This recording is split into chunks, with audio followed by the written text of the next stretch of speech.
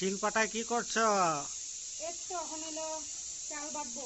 পাটাটা ধুয়ে নিচ্ছি ভালো মতন করে, জল দিয়ে ভালো করে ধুয়ে নিতে হবে আগে পরিষ্কার করে। কি চাল এগুলো? এগুলো আতপ চাল, এখন বাটবো এগুলো।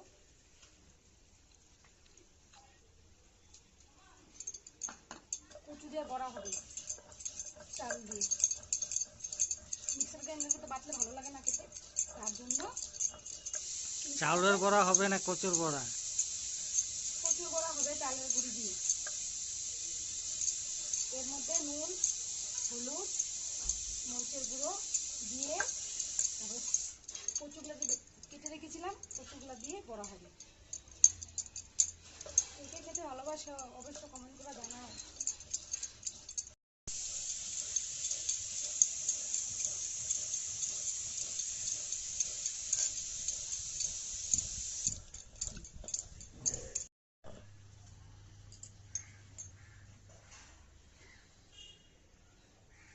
হয়ে গেল নাকি?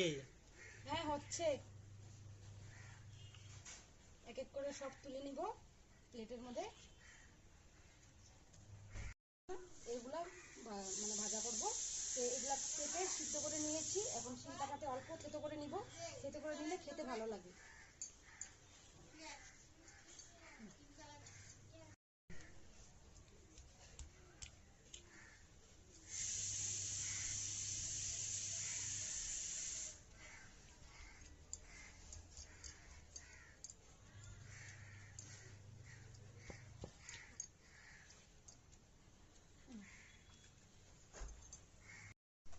এক এক করে সব আমি এখন তুলে নিব।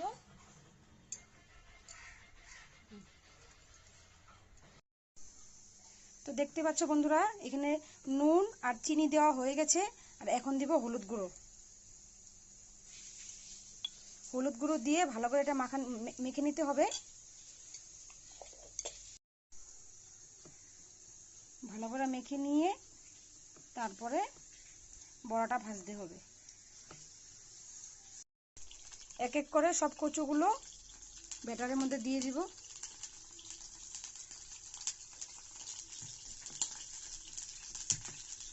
গরম হয়ে গেছে, এখন এক এক করে সব বড়াগুলা ভেজে নিব।